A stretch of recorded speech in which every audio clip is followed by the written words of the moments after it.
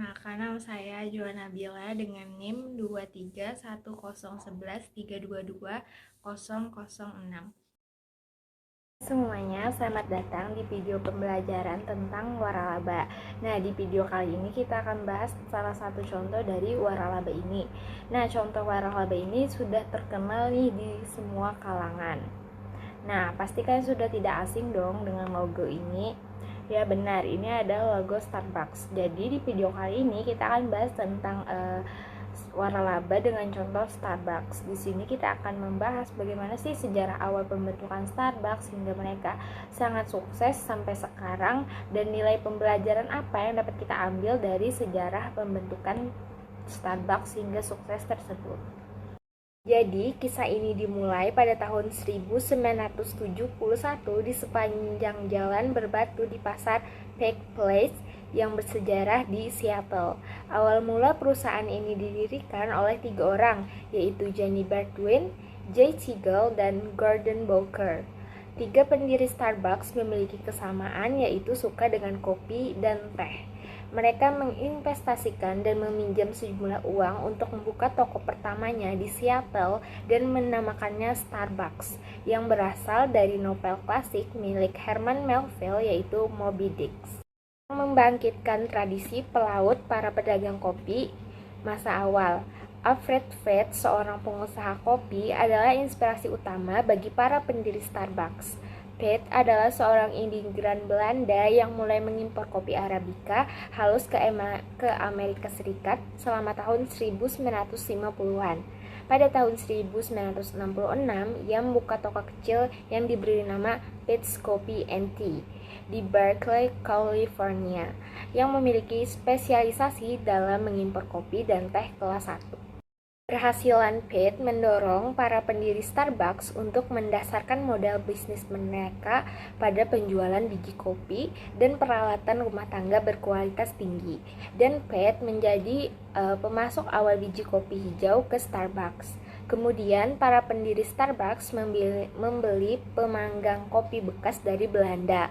Baldwin dan Bowker pun kemudian bereksperimen dengan teknik memanggang dari Alfred Fett untuk menciptakan campuran dan rasa kopi milik mereka sendiri. Pada tahun 1980-an, Starbucks telah membuka 4 toko di Seattle yang membuat mereka terlihat menonjol dari para persaing utamanya adalah kopi panggang segar berkualitas tinggi yang disajikan oleh Starbucks. Pada tahun 1980-an, Siegel memutuskan untuk keluar dan meninggalkan kedua partnernya, dan Jerry Baldwin mengambil alih peran sebagai presiden perusahaan. Pada tahun 1981, Howard Scott, seorang perwakilan sales untuk Hammer Place, sebuah perusahaan Swedia yang membuat peralatan dapur dan peralatan rumah tangga, di mana Starbucks membeli mesin pembuat kopi tetesnya. Memperhatikan perusahaan tersebut karena Starbucks selalu memesan peralatan dengan kuantiti yang cukup besar.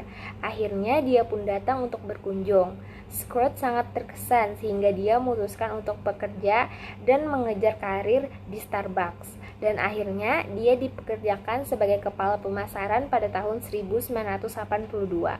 Ide terbesar Scott untuk masa depan Starbucks datang selama musim semi 1983 ketika perusahaan mengirimnya ke Milan untuk menghadiri pertunjukan peralatan rumah tangga internasional. Saat berada di Italia, ia terkesan dengan KP-KP negara itu dan ia berpikir untuk melakukan hal serupa di Starbucks. Namun, Baldwin dan Bowker tidak seantusias dengan ide Scott karena mereka tidak ingin Starbucks banyak menyimpang dari model bisnis tradisionalnya. Mereka ingin Starbucks tetap menjadi penjual kopi dan peralatan dan tidak ingin berubah menjadi kafe yang menyajikan espresso dan cappuccino. Melihat bahwa ia tidak akan dapat membujuk Baldwin dan Bowker untuk merangkul ide tersebut, akhirnya Scott meninggalkan Starbucks pada tahun 1985 dan memulai rantai kopinya sendiri yang disebut dengan I Want Giornelli, yang langsung berkembang dengan cepat ke beberapa kota. Selanjutnya, pada tahun 1987, Scrooge membeli perusahaan Starbucks dengan dukungan investor-investor lokal. Dia menggabungkan semua operasi bisnisnya di bawah merek Starbucks dan berkomitmen untuk membuat konsep kafe untuk bisnis dengan penjualan tambahan seperti kacang-kacangan, peralatan, dan barang lainnya di toko-toko Starbucks.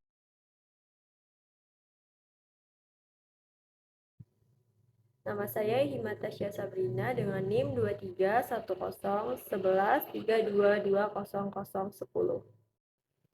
Store pertama yang menjual minuman espresso dibuka di Vancouver dan Chicago pada tahun 1987. Sejak saat itu, kedai Starbucks Coffee berkembang pesat di Amerika. Pada tahun 1996, Starbucks Coffee melakukan ekspansi ke Asia. Kedai pertamanya di Asia dibuka di Tokyo, Jepang. Sejak saat itulah, Starbucks Coffee berkembang pesat dengan membuka cabang toko retailnya hampir di seluruh belahan dunia. Perusahaan memasuki periode ekspansi besar yang berlanjut setelah perusahaan itu menjadi go public pada tahun 1992. Starbucks segera menjadi waralaba kopi terbesar di dunia. Pada awal abad ke-21, Starbucks hadir di puluhan negara di seluruh dunia dan mengoperasikan lebih dari 20.000 toko. Starbucks berekspansi ke Chicago dan Vancouver, Kanada, lalu ke California, Washington DC, dan New York. Pada tahun 1996, mereka melintasi Pasifik untuk membuka toko pertama di Jepang, diikuti oleh Eropa pada tahun 1998 dan Tiongkok pada tahun 1999.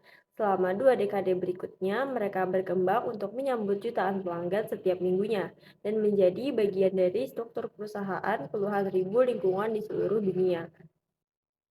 Scott kemudian meluncurkan kampanye agresif untuk memperluas jangkauan Starbucks. Perusahaan mengambil pendekatan yang inovatif dalam memilih lokasi gerai dan menerapkan desain kafe yang serupa di seluruh lokasi. Selain itu, perusahaan juga mengembangkan konsep gerai drive-thru di banyak negara.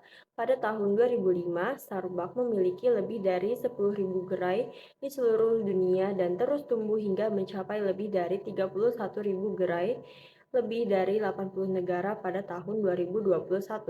Perusahaan juga meluaskan bisnisnya ke produk kopi yang bisa dibeli di toko-toko, bahan makanan, dan barang-barang penggemar. Starbucks menjadi salah satu merek kopi terkenal dan sukses di seluruh dunia dengan nilai merek yang sangat tinggi. Tidak hanya berdiri sendiri sebagai kedai kopi, tetapi Starbucks juga membuka kedai kopinya di tempat-tempat yang cukup strategis, seperti di bandara, mal, maupun hotel berbintang. Hingga saat ini, 2023, total kedai Starbucks Coffee yang tersebar di seluruh dunia telah mencapai 37.222 gerai yang tersebar di 85 negara. Berdasarkan negaranya, gerai Starbucks paling banyak berada di Amerika Serikat. Kunci sukses Starbucks adalah inovasi dalam kualitas kopi, suasana kafe yang nyaman dan menarik, dan pengalaman belanja yang menyenangkan. Starbucks berhasil melampaui pesaing bersaing dengan cara membangun merek yang terkenal dan mengikuti tren masa kini dalam industri kopi dan gaya hidup modern. Sebelum Starbucks mencari kopi tidak selalu memuaskan atau enak, sehingga perusahaan bisa tumbuh seiring dengan popularitas kopi itu sendiri.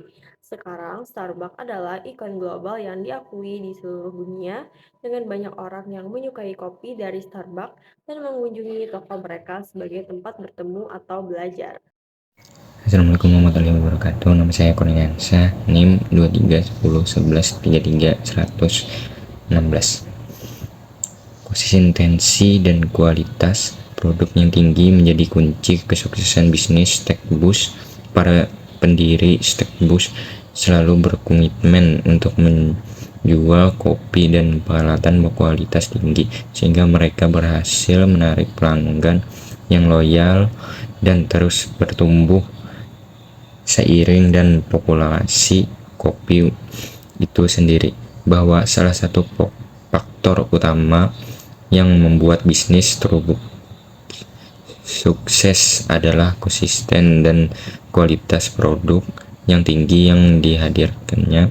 Para pendiri Starbucks selalu memprioritaskan penjual kopi dan peralatan yang berkualitas tinggi, sehingga mereka berhasil menarik pelanggan yang loyal dan terus bertambah sering dengan popularitas kopi yang semakin meningkat dengan memiliki produk yang konsisten dan kualitas tinggi. Starbucks mampu mempertahankan popularitas dan kesuksesannya di pasar. 2. Inovasi dan adaptasi terhadap tren masa kini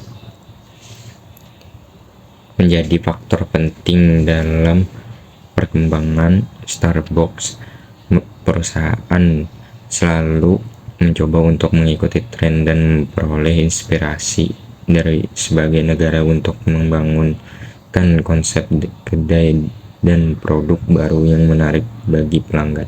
Jadi Starbucks selalu berusaha untuk mengikuti perkembangan tren terbaru dan beradaptasi dengan kebutuhan pasar saat ini.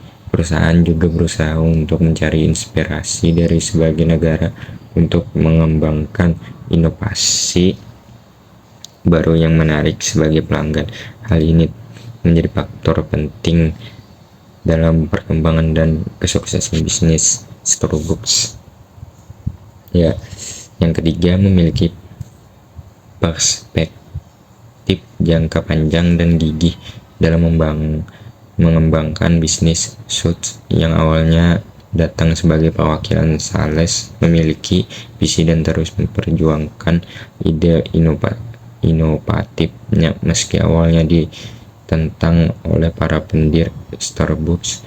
Hal tersebut membuktikan pentingnya memiliki visi jangka panjang dan berani bertindak. 4. Menawarkan pengalaman belanja yang menyenangkan menjadi salah satu kelebihan yang memiliki Starbucks. Dengan menyediakan suasana kafe yang nyaman dan menarik, perusahaan mampu menciptakan pengalaman belanja yang tidak hanya sekedar membeli kopi, tetapi juga menikmatinya dengan suasana yang menyenangkan. 5. Kesinambungan bisnis dan ekspansi merupakan faktor yang penting dalam meraih keberhasilan. Starbucks tersebut berkembang dan berinovasi sehingga mampu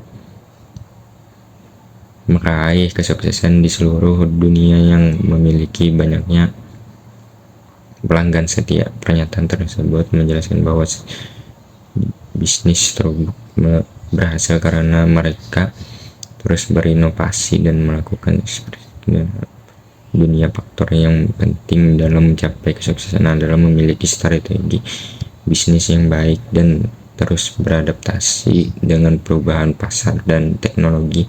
Dengan demikian, terus berkembang dan memperluas bisnis dinilai sangat penting untuk meraih keberhasilan dalam jangka panjang. Ya, sampai situ aja yang saya sampaikan. Terima kasih.